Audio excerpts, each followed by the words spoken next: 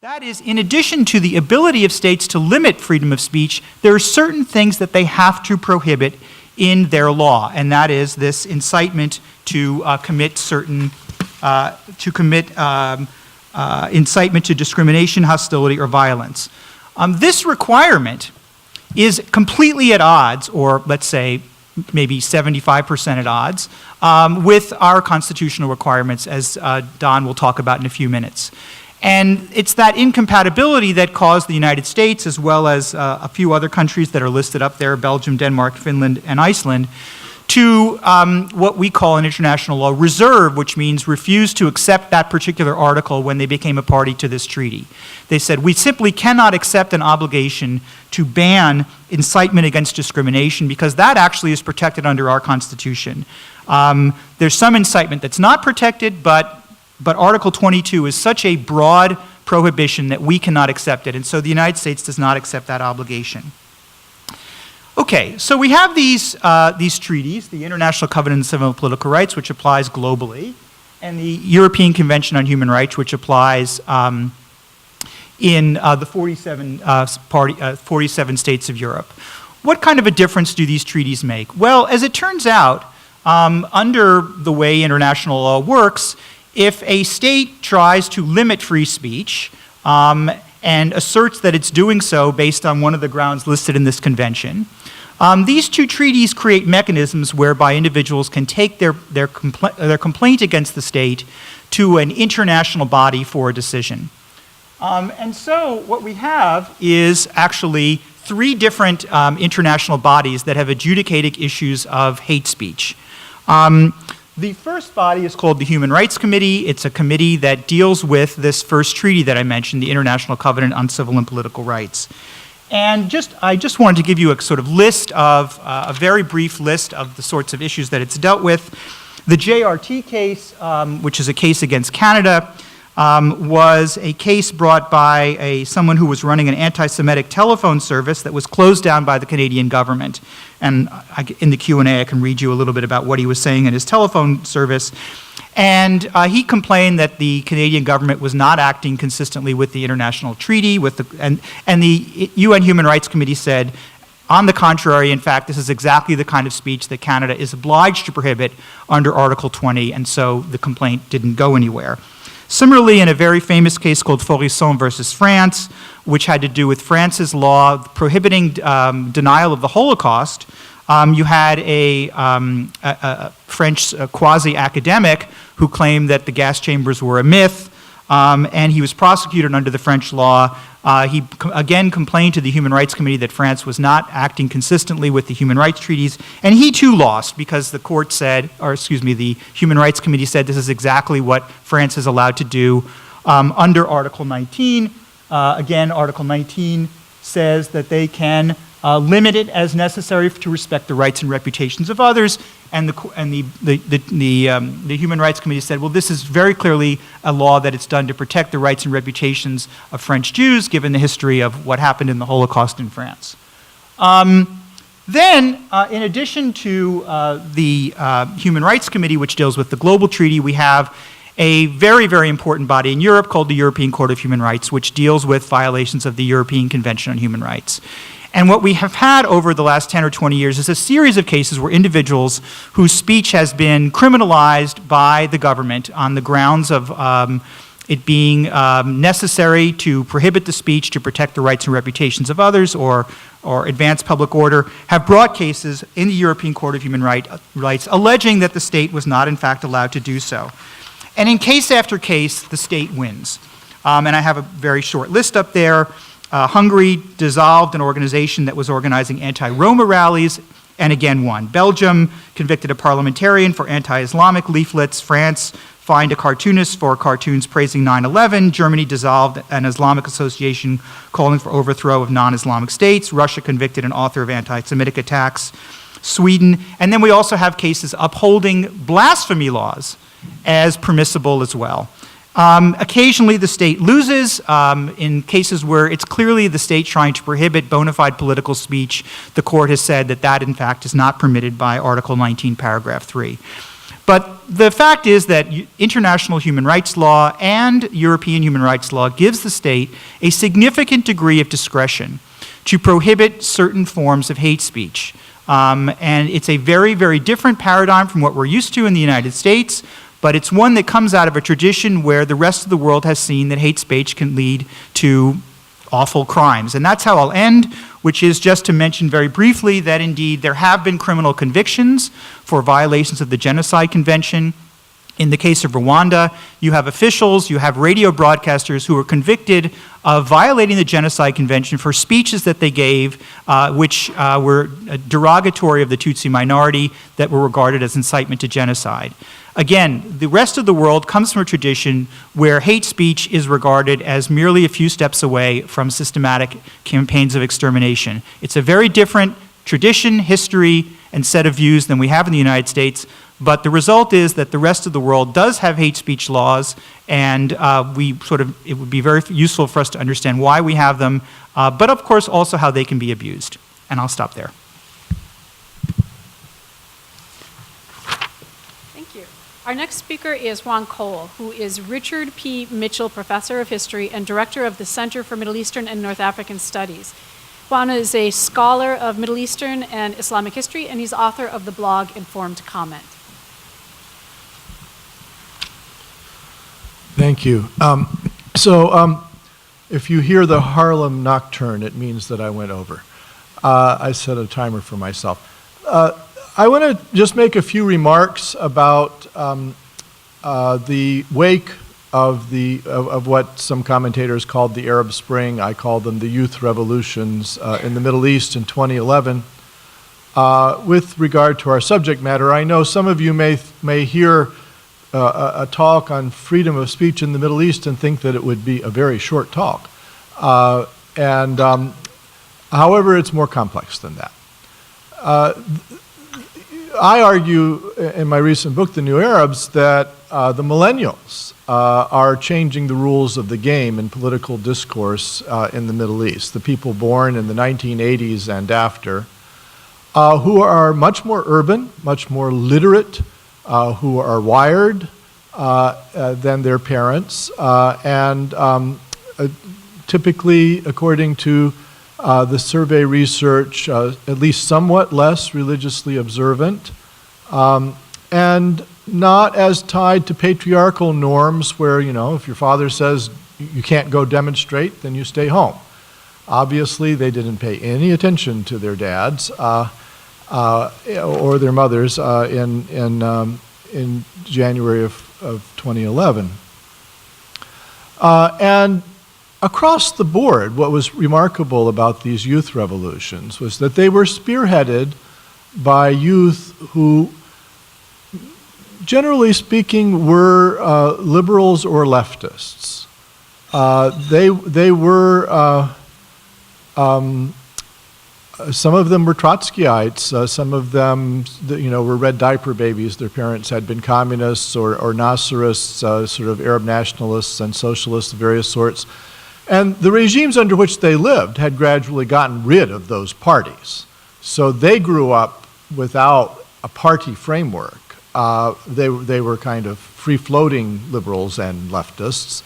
But then the internet and also other forms of street protest and activism and organization allowed them to create movements instead of parties.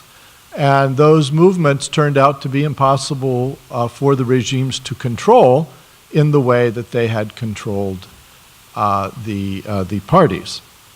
And these youth across the board wanted free and fair, transparent parliamentary elections. Many of them had, or at least some of them had been expatriate workers or students in Europe or the United States. And in any case, they were hooked in with international media. And I have to say that the Muslim fundamentalist groups and the religious right parties played a relatively small role in these movements. Some of them were active there, some of them did support In other instances, they declared neutrality. They were also often in opposition to the ruling regimes, but they were not as important in the initial revolutions. After the revolutions were over, they were basically a form of flash mob. Flash mob is when you send around text to your friends, let's all show up at Briarwood at such and such time, together. It actually can be a little bit dangerous because there was a flash mob, I think it was in California, where 5,000 people showed up. It went viral, and then there was a stampede and somebody got hurt. Well, these revolutions were, in a way, flash mobs, and they were ways of blackmailing the dictator into stepping down, or blackmailing the elite into pushing the dictator under the bus. And if you have constant flash mobs in the downtown of the capital, people aren't making money, you can't get any business done. After a while, the elite asks themselves, how really are we attached to this guy? Maybe it's better if he does go. So they were very effective, these youth movements, in getting rid of the dictators. But then the work of implementing what came next was much more difficult, and it was difficult for a number of reasons. One of the reasons it was difficult was that they were 20 and 22. People asked me, why didn't they just take over? And I said, well, we would interfere with their homework. They weren't in a position, in many of these countries, they weren't old enough to run for office, the main leaders of these movements. And since their demand was to go to early elections, that threw it to the baby boomer generation. Then it became a food fight among the 60-somethings. And in that generation, there were many more people devoted to political Islam, and and there was a kind of strong divide between what you might call nationalists and fundamentalists. And so in many of these countries, the first elections that were held after the overthrow of the president brought fundamentalists to power, much to the chagrin of the nationalists who then objected. Well, the fundamentalists who came to power mostly were not very interested in freedom of speech. So Mohammed Morsi, the Muslim Brotherhood leader who was elected in Egypt, started prosecuting youth for protesting. He tried to shut down a television network. He prosecuted the Egyptian equivalent of Jon Stewart, who ran a show called The Program, Al-Barnamij, and quickly made himself very unpopular with the youth, which was a big mistake because the youth were very good at making flash mobs, so ultimately they made one against him. They got millions of people out into the street, and workers joined in, and lots of people were disappointed with the Muslim Brotherhood rule of Egypt in 2012, 2013. In part over concerns that Morsi was taking the country in an illiberal direction and was cutting down on various forms of freedom rather than supporting them. But then the military in Egypt, which was full of nationalists who hate religious fundamentalism, took advantage of the public discontent and of the massive demonstrations to make a coup. And they had even less respect for freedom of speech than the fundamentalists had. And so they imprisoned 2,000 high-ranking members of the Muslim Brotherhood who had been the ruling party until the coup. And then the Muslim Brothers in the streets tried to make sit-ins and imitate the Tahrir demonstrations, and the military just rolled in on them and scattered them and killed several hundred in the process, quite brutally and unnecessarily. And then they declared the Muslim Brotherhood a terrorist organization, proscribed it, confiscated all of its assets, put people in jail, and so forth. And then they came after the youth leftists who had led the original revolution and put them in jail for protesting. They made a law that you can't protest without permission. You have to go to the Ministry of Interior and ask for permission to protest. I don't think they get the idea of protest. So Egypt now has turned in a very illiberal direction. I would argue it's not still as bad as the old Mubarak dictatorship that was overthrown, because the emergency law, which allowed the government to disregard the Constitution, is gone.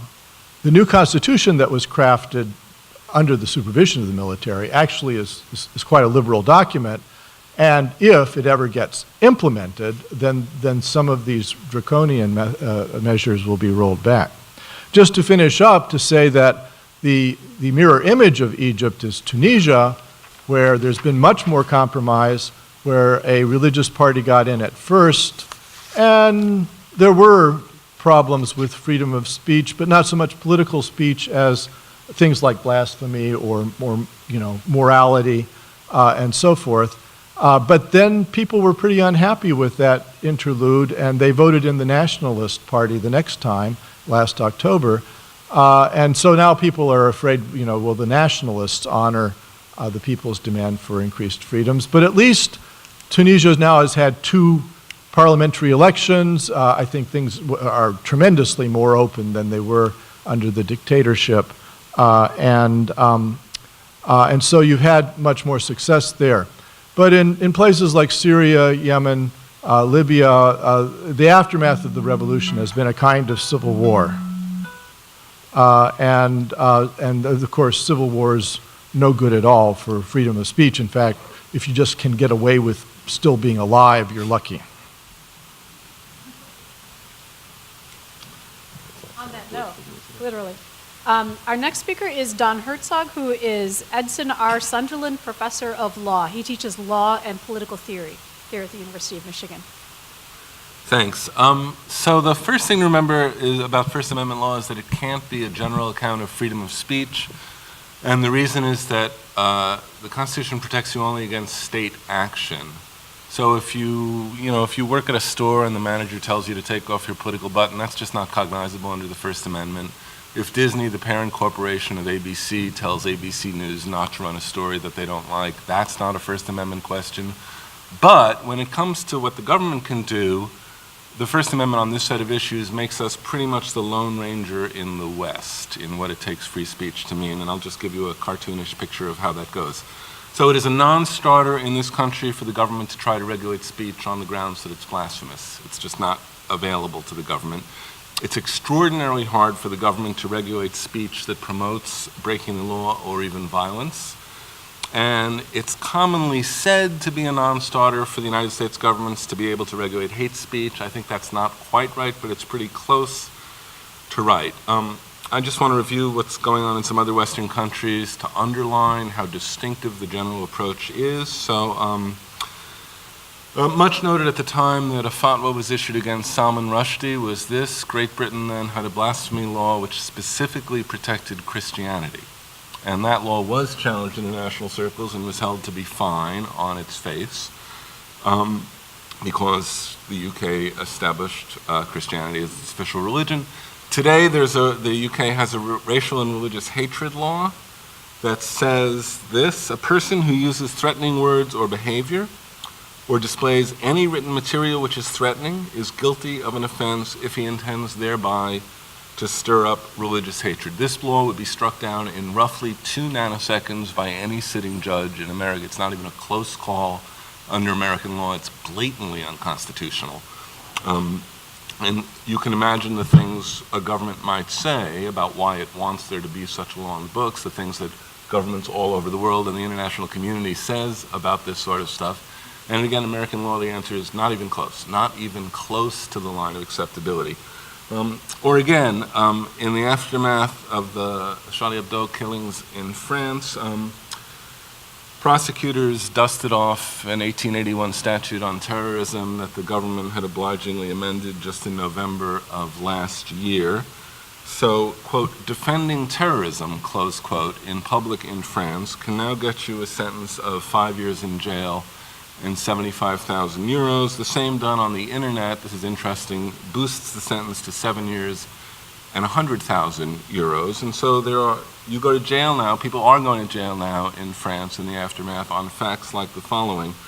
One man who was drunk and spat at police and said he supported the killings has been sentenced to jail for 14 months. If you think the spitting is what's doing the work there, then I have to tell you that another man who simply shouted support for the killings while passing a police station has been sentenced to 6 months in jail. Similar charges in the United States, again, every court in the country would just think, you must be joking. Again, this isn't even close to legally actionable in this country. Canada is about to adopt legislation. I have a good friend in Canada who's plugged in politically that will criminalize, quote, advocating or promoting commission of terrorism offenses. Right? That law would be struck down in 2 nanoseconds in these United States. So what do we do? When it comes to inciting violence or advocating the use of force or breaking the law, First Amendment law says to the state, you can criminalize that if and only if you meet the following 2 conditions. First, the speech has to be directed to inciting or producing imminent lawless action. That is, you're in front of the angry mob, they're about to attack, and you're egging them on. If you want to post on the internet language that says, for instance, abortion doctors are murdering babies and ought to be killed, you can do that, and the First Amendment will protect your right to do it, and the court will say there's nothing imminent, even if it can be shown that somebody went ahead and murdered an abortion provider precisely because of your language. The other condition that has to be met is that your language has to be likely, in fact, to incite such action. So if it looks to the law like, well, there was a mob there, but it really didn't seem particularly plausible that they were going to do much of anything, then American law still says that's free speech. Any government effort here to regulate blasphemous speech, whether against Christianity or any other religion, in this way American law is blissfully impartial about blasphemy, would run afoul not only of the guarantee on free speech, but also of the guarantee of the Establishment Clause. The law would say this is an attempt by the state to promote or prefer or safeguard religion, and not only can one religion not be preferred to another under the First Amendment, but religion cannot be preferred to non-religion. The state just says we got nothing to do about that. There's a very deep general principle in First Amendment law which plays into all these debates, and that is that offense or annoyance is an absolute non-starter as a grounds for the state to regulate something. The state can't point at an audience and say, they were very upset by what you had to say. It just goes nowhere. So far, so absolutist, right? This is like free speech with a vengeance. And there are 2 things to say that are true of First Amendment law that begin to qualify or complicate the picture a little bit, even though it leaves us, again, very much the Lone Ranger, even among Western democratic nations. The first is this. Where or in what social settings do you enjoy robust First Amendment rights? And the First Amendment law actually has an intricate sociological structure. So your real First Amendment rights are in streets, parks, sidewalks, and communicative media. In lots of other social settings where the government has a job to do, the government can impose speech rules. So a public university, for instance, can control and punish speech on the grounds that it's got a legitimate pedagogical purpose, right? You could not, for instance, say, if someone was marching in America down the street with a swastika, right, that's protected by the First Amendment. If the University of Michigan believed that the display of a swastika on a dormitory door was getting in the way of education, they could make you take it down. This is why the right wing in America correctly jeered about the thing they call political correctness on campuses, and noticed that if any student group in the United States had published the kind of cartoons that Charlie Hebdo was publishing, they would have been hauled on the carpet and disciplined, and the First Amendment would have said nothing about that. But again, it's a different case if it happens in a public setting. Finally, back to hate speech. American law comes closest to thinking about hate speech in the category it calls fighting words, which are not protected by the First Amendment. And the core intuition is the First Amendment does not actually protect your right to walk up to a stranger in the street, stick your nose 6 inches from theirs, and start cursing them out. That's not what it's for. And then the question is, well, what counts as fighting words? And the law defines them this way. Words which by their very utterance inflict injury or tend to incite an immediate breach of the peace. So the immediate breach of the peace thing is the fist fight, right? And everybody gets that, and that's what always does the work in the court decisions. The question, and this is why American law might actually have room for regulation of hate speech, is what's the right way to make sense of words which by their very utterance inflict injury? The injury in question cannot be annoyance, distress, upset, outrage, right? That's always a non-starter in American law. But if you could tell some story about an invasion of dignity, social status, ability to be a full citizen in the community, is at least arguable that First Amendment law would permit that regulation. Okay.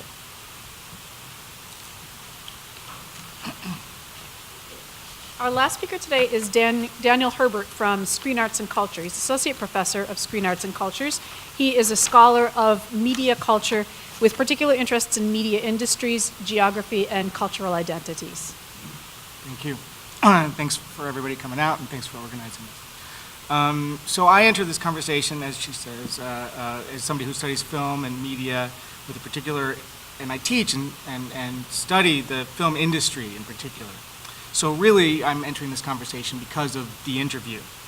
And although the story of this production and release of that movie in theaters was all over the news during the winter break, I just want to briefly recount it because it's kind of interesting. So the interview, as you might know, is a comedy made by Sony Pictures Entertainment about a couple of guys who work for a talk show who are hired by the CIA to assassinate the North Korean leader Kim Jong-un. The creative team behind the production was Seth Rogen and his writing partner Evan Goldberg. Rogen's in the movie, along with his good buddy and frequent co-star James Franco. So it was clear from the start that the interview would fall in line with a series of big-budgeted stoner comedies, no big deal, right? Except that during the summer of 2014, North Korean state released a number of statements condemning the film, even calling it an act of war.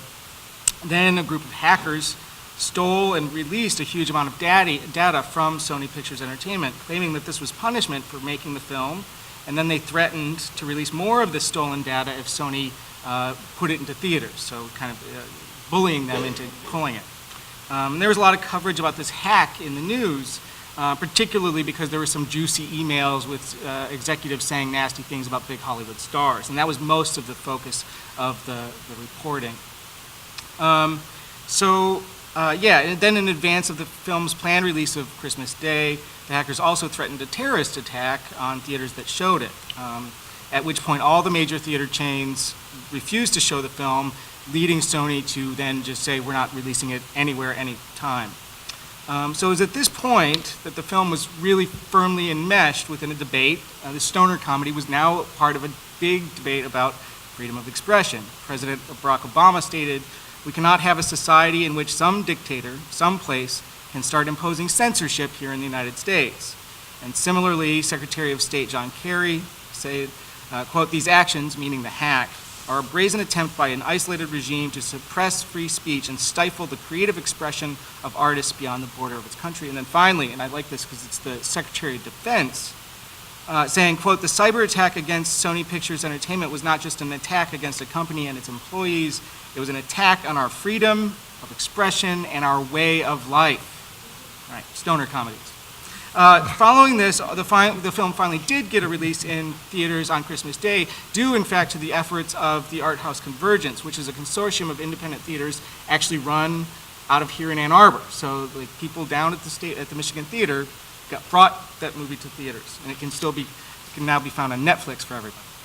So nevertheless, the comments by the president and the others force us, or me, to consider what this film indicates about freedom of speech, particularly as it relates to the American film industry. And so I want to address that by looking at two different issues. So first, the interview should be situated, I think, within a long history of censorship and regulation of the film industry within the United States. And then second, the film highlights a tension that always seems to exist in the film industry, that is between publicity and privacy. So clearly the film industry, Hollywood, is enormous capacity to generate discourse about itself and its products. Simultaneously, the industry is notoriously guarded about how it really works. So the Sony hack and the interview therefore raise a central contradiction in the industry and reveals how the very terms of privacy operate differently in this context. So to first address the issue of free speech and regulation. Although it's true that the First Amendment protects the cinema in the United States, this has actually not always been the case.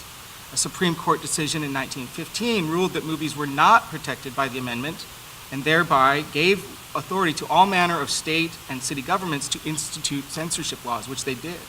Many states and cities had already had these laws established, regulating, allowing them to cut scenes, lines of dialogue, particular shots, and even to ban films outright within their territories. And so the Supreme Court decision of 1915 merely legitimated their practices.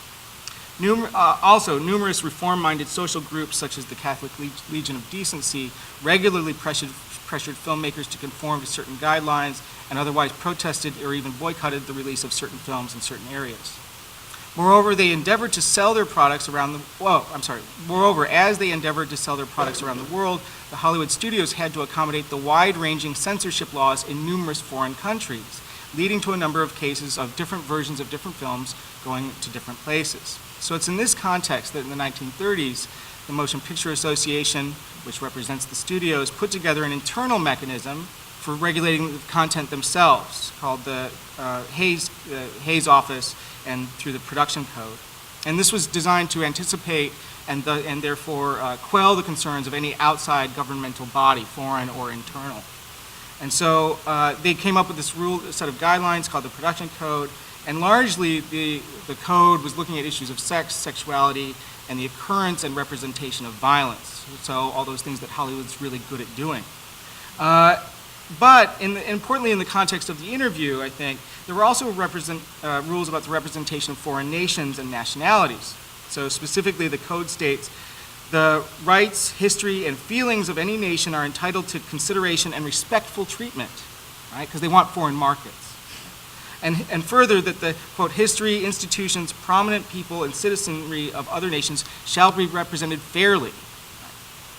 So although the Supreme Court reversed its decision and granted the cinema First Amendment protection in 1952, the Hollywood studios maintained the practice of self-regulating to today, right? So even in 1968, rather than having the Hayes Code, they institute the rating system with the R, PG, etc.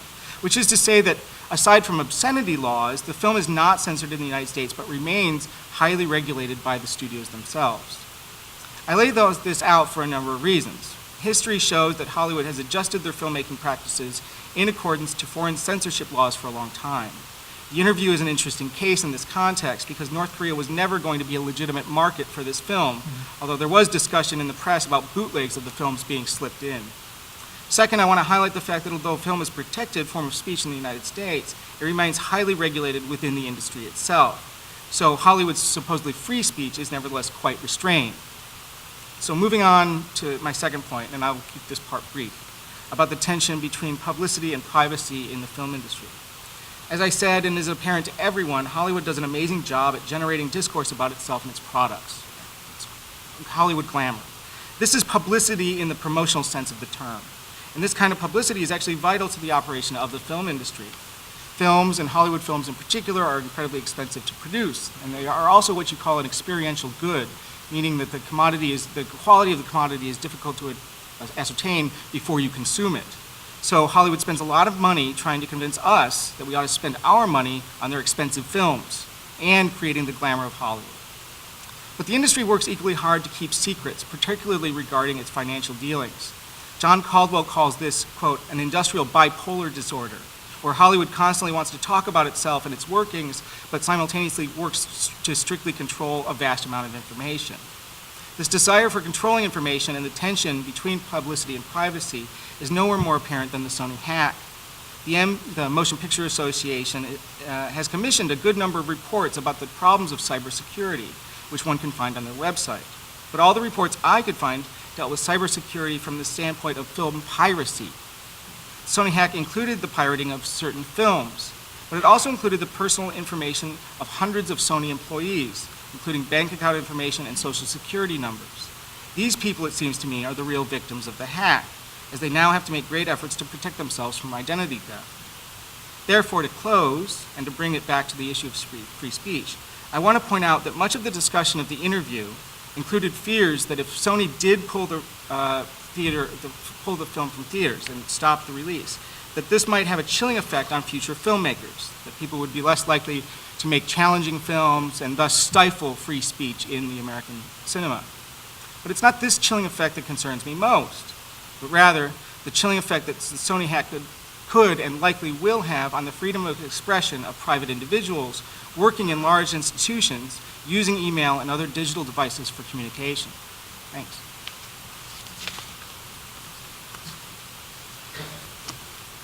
Okay, thanks very much to our speakers. Now, the way this is going to work is we're going to take questions, both questions from the crowd and questions from our Twitter feeds.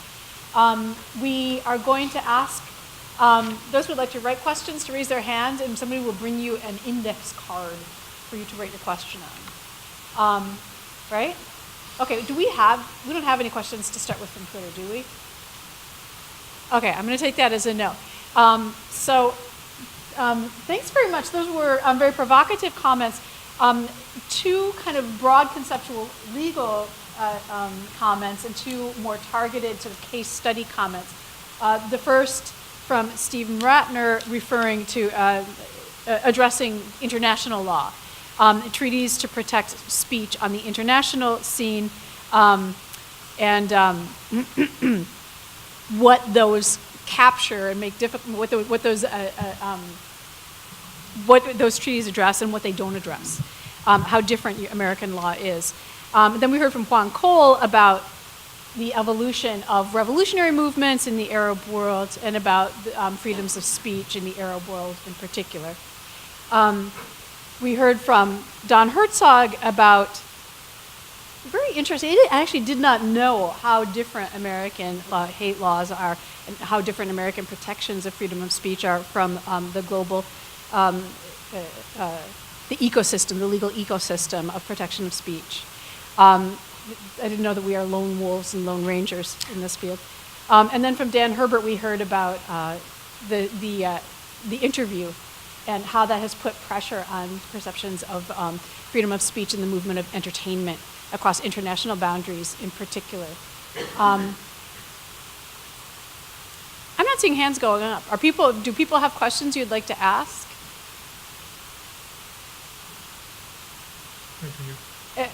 So we have a couple of people. Can they just ask them? But they could ask them. In general, we like to, have a stack and then we can, yeah. So just to keep things kind of tidy. Okay. I would actually like to hear I'd like to hear some conversations between our legal theoreticians and our case study, those who presented case studies, right? Did you, Juan, you're nodding, were there issues that were brought up in the discussion of international law that you thought were applicable to what is going on in the Arab world, or has the Arab world signed on with any of these conventions on free speech? So, in many instances, the Arab nations have signed United Nations instruments that would theoretically put them under certain obligations. However,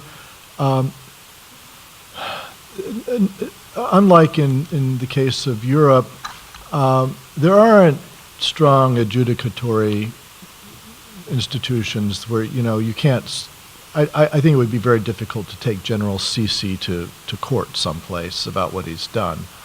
And nor do most people in the international community seem to want to do that. That is to say, many of these regimes are protected not so much by legal mechanisms, but by simply the fact that they have what is called strategic rent.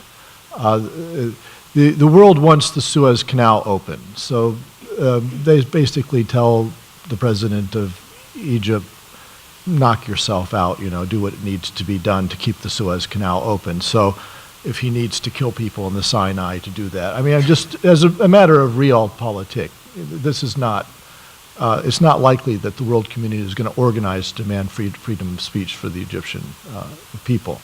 As I was saying, the outcome of these revolutions has often been that fairly liberal constitutions have been enacted in Tunisia and in Egypt.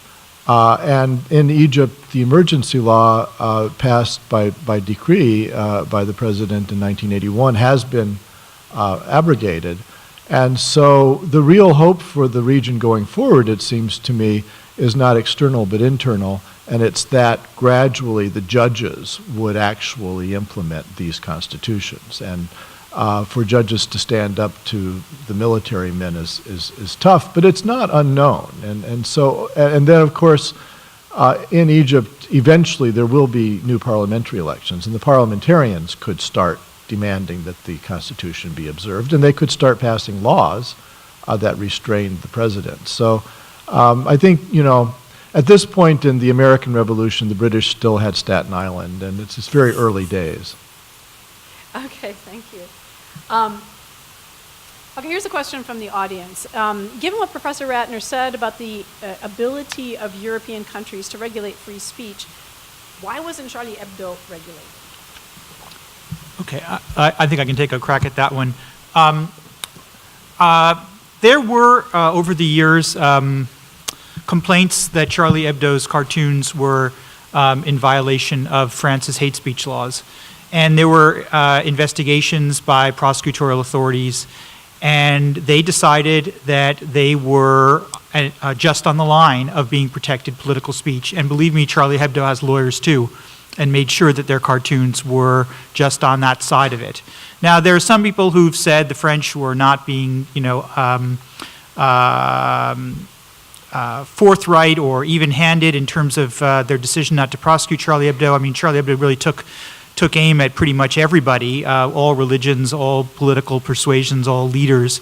But it was considered by the French prosecutorial authorities as part of a sort of robust political debate, not something that would be within their authority to close down under the laws. Now, there are plenty of other situations where they have gone against journalists. As I said, there is the law about the Holocaust denial. There are situations where they've gone against anti-Islamic groups.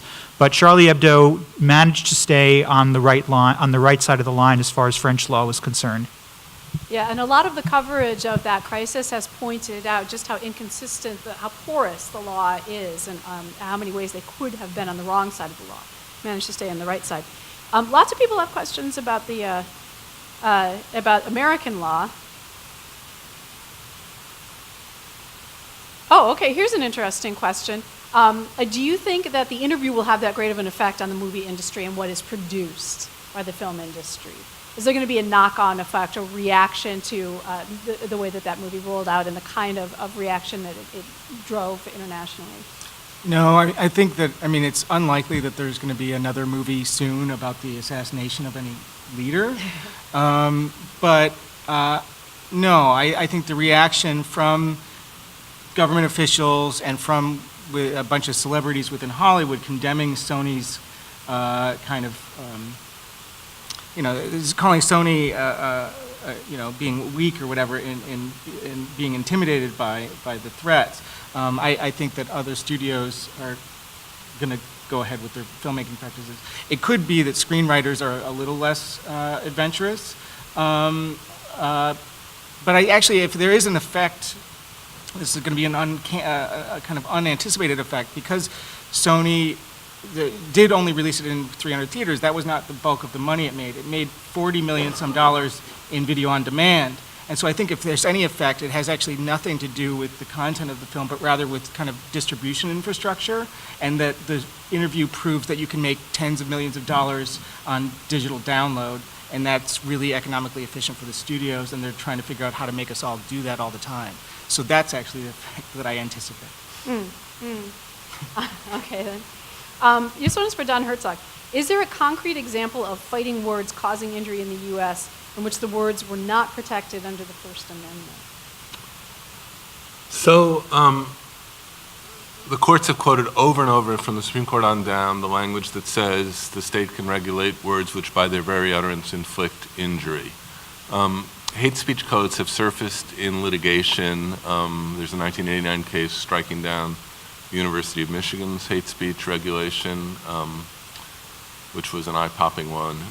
There's a case out of St. Paul, Minnesota, so on and so forth. And what the courts do with those, they never say, as a general matter, hate speech is protected by the First Amendment, you must be joking. What they do instead is find incidental local flaws with the particular law on offer before them. So there's a rhetorical strategy of a lot of First Amendment opinions, which is, let's not say anything at all about how terrific it is for free speech to have somebody who can, say, burn a cross, right?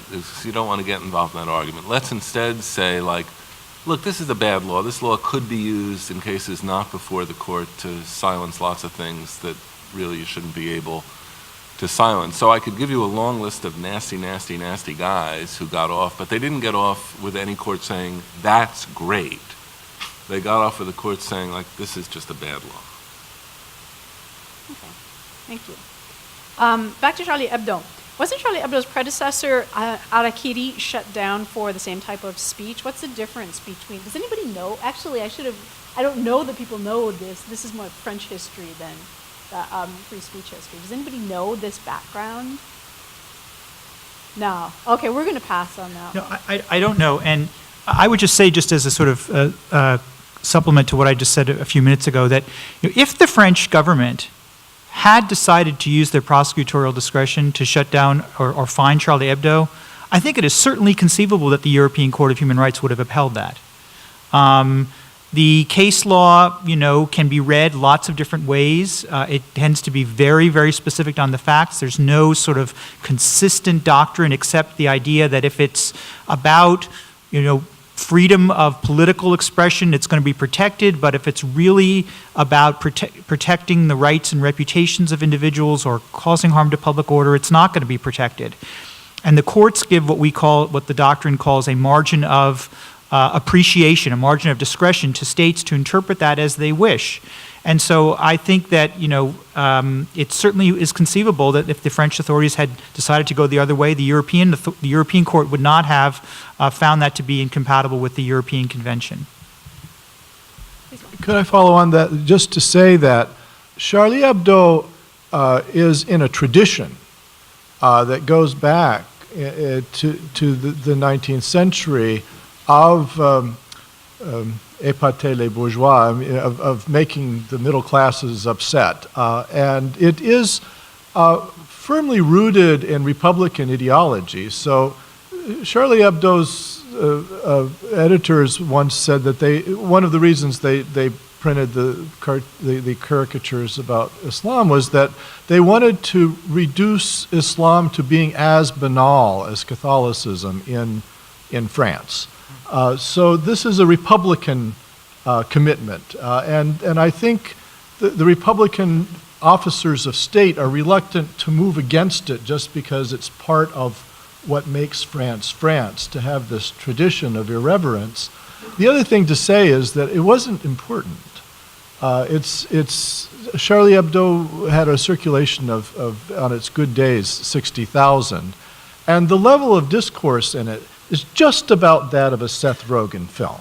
I mean, it is extremely juvenile, and the sort of, it was a specialized taste that's being, they showed Marine Le Pen, the leader of the French National Front Party, the far right, farting the French flag. That's the kind of thing that was so, to take it so seriously as to move against it would have been extraordinary.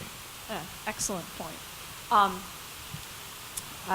Although I feel like I should defend Seth Rogen, having actually slammed him in my opening comments. The movie's not actually that bad.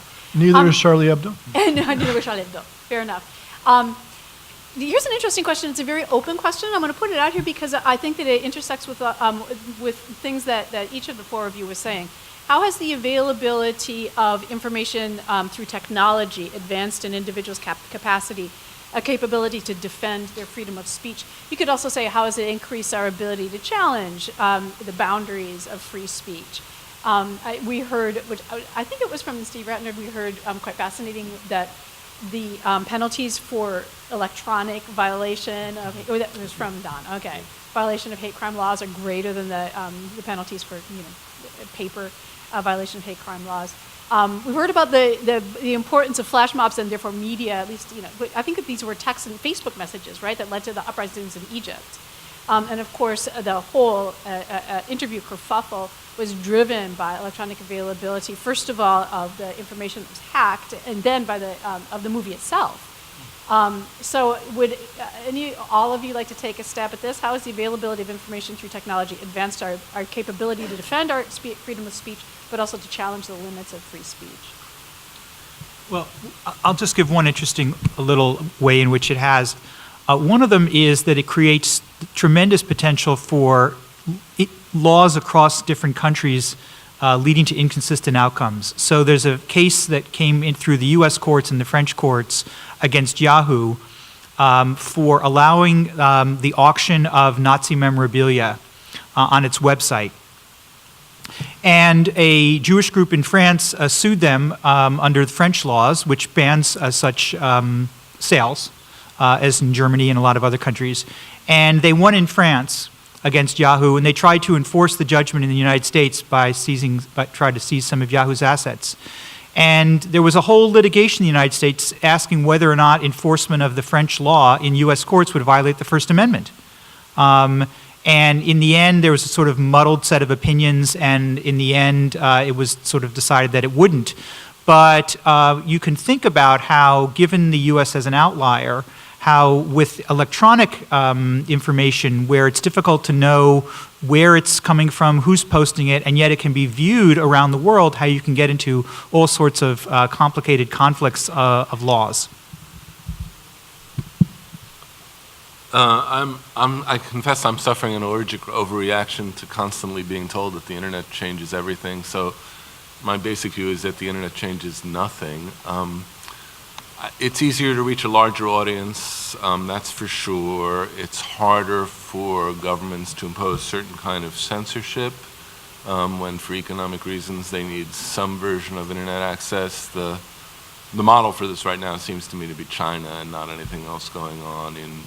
There are tens of thousands of people who sit all day in China monitoring and censoring the internet. The government has just moved against virtual private networks that allowed people to reach things that are beyond the official Great Firewall of permanent censorship. The government is requiring people to use their real names on blogs and other such settings. I think that'll work about as well as the Facebook rule works, which is not very. But again, it's you know, you can sit in your bedroom in your pajamas and have thousands of people reading what you do, but I don't think anything deep changes. That's my view about this. Okay. Yeah, could I say that I think that's right in the sense that even those youth revolutions which did make use of the internet also walked neighborhoods and pamphleted and you know, there was word of mouth, there was chanting. They told me that the real mobilizer was chanting in the street. In a dense place like Cairo, everybody hears you. And so I think, you know, throughout history, they managed to pull off the French Revolution, you know, without Twitter. And throughout history, people have been able to communicate for these purposes. But one thing that I think is important with regard to the rise of the internet is that communication really used to be mainly local. And so it came out that Danish newspaper that published the caricatures of Islam in 2006 had been offered caricatures of Christmas 6 months before and turned them down because they would have been offensive to their Danish readers.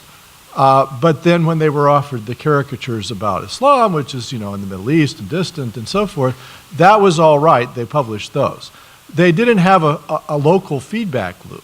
But in 2006, those got out on the internet, and so they were actually talking to 1.5 billion Muslims without having realized that that was what they were going to do.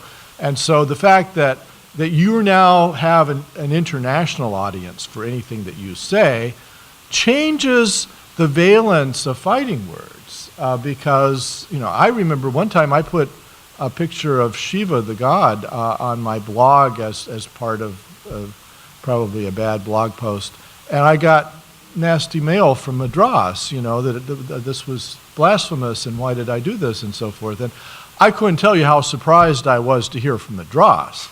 And so, but I think that is one change, is that we now are operating in an international environment in our communications, and that the feedback loops that used to go, because there really is no such thing as completely free speech. You always have to avoid being punched in the mouth.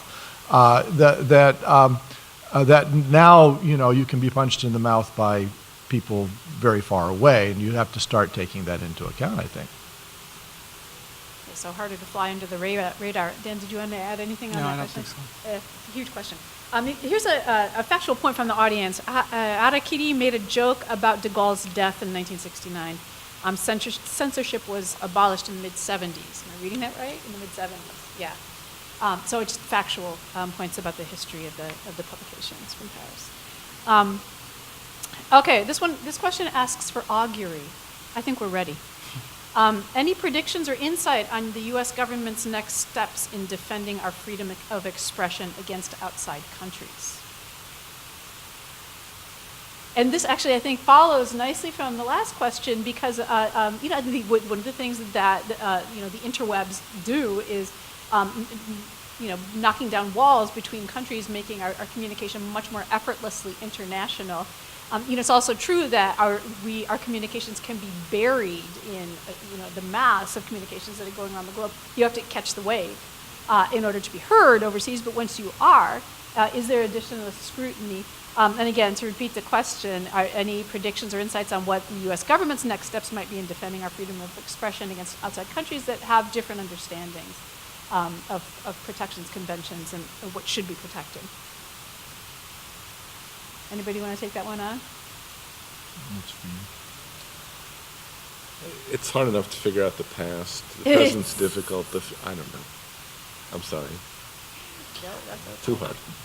I don't think the U.S. government really thinks there's too much of a problem short of the sort of cyber terrorism issue. I mean, the fact is the U.S. government knows that we are the outlier that Don talked about, and the U.S. government is constantly, I used to work for the State Department, and our diplomats around the world are constantly on the receiving of complaints from governments about this movie and that speech and this article and that.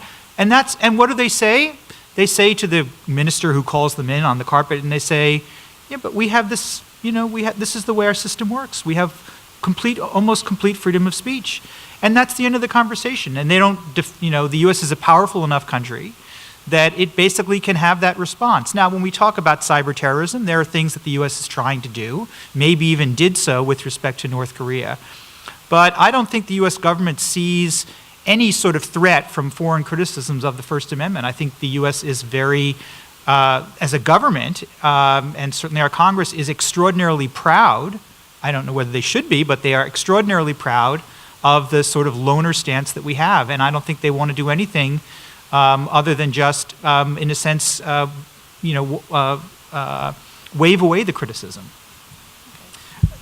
Although I would add to that the MPAA, which is this lobbying group on the part of the studios, is constantly going to the U.S. government and foreign governments trying to open up trade. And say China, South Korea have certain quota restrictions. Lots of countries also have content restrictions. And I do know that the MPAA lobbies about both sides about lowering those restrictions on quotas and content. So there are groups that are pushing for a kind of more of a liberalization of free speech internationally so that Hollywood can play its films there without concern. Yeah. And there are also economic considerations to be taken into account. If I could have built an even bigger panel, I would have added an economist and an ethics specialist, a philosopher who could talk to us about ethics, right? Because that's what you need to hear from, in addition to the legal historians and the people who are able to give us the case studies. Hollywood is making a bet on what it's able to sell. I think that they might have thought that they could appeal to audiences around the Pacific Rim that aren't Korea, who would be happy to see somebody poking, Kim Jong-un in the belly, and making an economic bet by making that movie. There are economic incentives and disincentives to this kind of freedom of speech and freedom of cultural expression as well. Juan, you want to add something? Well, one thing I would like to signal is I think there is a little bit of a danger to certain kinds of freedom of speech in the United States coming from the fact that our political system is so corrupt. And our political campaigns are paid for now increasingly by dark money. We have roughly 400 billionaires in the United States. And it's not that hard for a billionaire to get American citizenship. And there are people who would very much like to see certain kinds of speech banned, who could buy enough congressmen to pass a law, and then we'd be at the mercy of the courts as to whether they would interpret the Constitution so as to strike it down. I think there are often attempts to confuse issues as to whether a certain kind of speech is hate speech or discriminatory or does produce, harm and so forth. But then also, on the other side of it, it is a kind of political speech. So I think that our system is moving in a direction of plutocracy that's actually quite concerning, because I think, Madison and others, as I read them, thought that if you had a really big political system, there would always be other people on the side of an argument, and then there would be a process in legislation where they would fight it out and you'd come to a happy mean. But I'm not sure that I could win a political contest against a billionaire, and that I think that is concerning. Okay, so this is an interesting one. It's maybe angels dancing on a head of a pin, but still an interesting legal question. If someone in the U.S. posts hate speech, fighting words on the internet, on Facebook or Twitter, for instance, and that post is read and reposted by someone in Europe, what are the consequences for that person? Hate speech, for instance, or... Well, I mean, at this point, I'm not aware of any prosecutions for that, and of course, it must be happening all the time. I think that, as a matter of sort of resources of a prosecutor's office, the idea of going after somebody beyond the state's territory who's posting, sitting in Los Angeles or something, I think it's simply not feasible for them to try to prosecute such a person. And I think they're, focusing their resources on people they regard as truly, purveyors of hate speech that will offend people locally. So I'm not saying that it's not inconceivable, but I just don't think that given the resources that European or other states' prosecutors have, that they will do this. At the same time, one can imagine, if somebody, were to post something against the Chinese government, that China might find a way of retaliating against that person or their employer through other means other than prosecuting them. So, there are all sorts of ways in which the world is interconnected, and that a post that begins in the United States, if it gets to a certain country, could lead to consequences for the author that are not about prosecution. Travel bans, for instance, suppose, you tweet, suppose you say something, you can easily imagine France putting up a visa requirement, denying entry at their airport to somebody who said something on a racially hateful post on their Facebook account, and that's a consequence. That's not a prosecution, but that's a consequence, and I'm sure there are plenty of countries that are already doing that. I don't know. Maybe you haven't been able to travel places, but actually, being deported is not fun, but it's not so bad. They just take your credit card away from you and buy you a ticket. Yes, there actually are a lot of cases like that, to my knowledge. For instance, the British historian who came to Princeton, Bernard Lewis, who was a great historian, or is a great historian of the Middle East, has a particular attachment to sort of the secular tendency in Turkey. And as a result, I think it's widely considered that he kind of downplayed the genocide against the Armenians in his historical writing. So he was in Paris, and the Armenians brought a suit against him for Holocaust denial, and they won. The French courts, I think, didn't entirely approve of all this because they only fined him $1, but they did find him guilty. So, I mean, these kinds of things, and he was based in Princeton, so this was extraordinary that he was prosecuted in France for books about Turkey by Armenians in France. And I think this kind of thing does happen and could happen increasingly.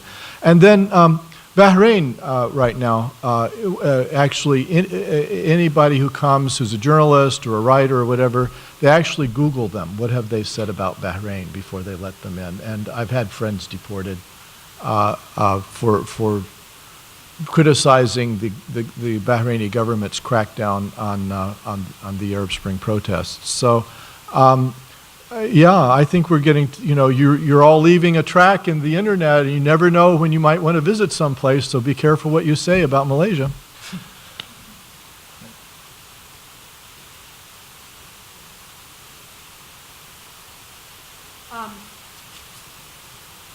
Okay. Interesting one.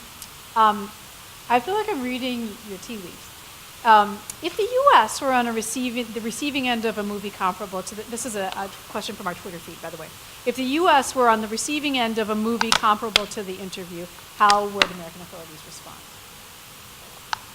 Thought experiment. What do you think that the American response would be to? We don't have any doubt about this. If a Hollywood studio had pitched a movie about the assassination of Barack Obama, they would have been visited by the FBI yesterday, and it would not go forward. There may not be a legal basis for preventing them from doing it, but I guarantee you it would not go forward. Was the question, though, as though, like, say, somebody in Germany made this film? Yeah. I think it's hard to tell from the syntax of the question, but that's possible. Well, again, it's just guesswork, right? It seems unlikely to me that any movie that would propose that would gain a significant budget, and so it could likely get made and then quickly dismissed, and it would be a kind of a small independent film that would be easily dismissed or not seen by anybody. Yeah. So you don't think that there's a global audience? I don't think there's a market for films about, like, big budget films about killing Barack Obama. In certain parts of the country. Yeah, that's true. Maybe you're right. Maybe there is. Yeah. Okay. I guess I don't want to misspeak, but it seems to be like the law against threatening the president, right? As long as the film didn't overtly say, "I want to kill Barack Obama, and here's how I'm going to do it," right? Like make a threatening kind of thing, then it wouldn't work, obviously. But other than that, it's legal, as I understand it. It just doesn't seem like it's going to happen. Yeah. So, but there undoubtedly would be concerted outcry in the public sphere. Sure. And, yeah.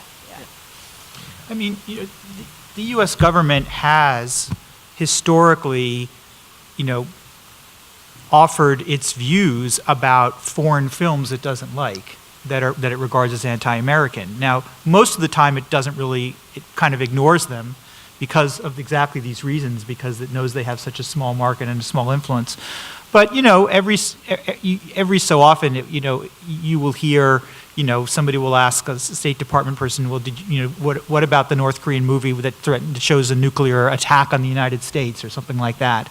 And, the statement will say, well, this is not useful for our bilateral relationship, and this is,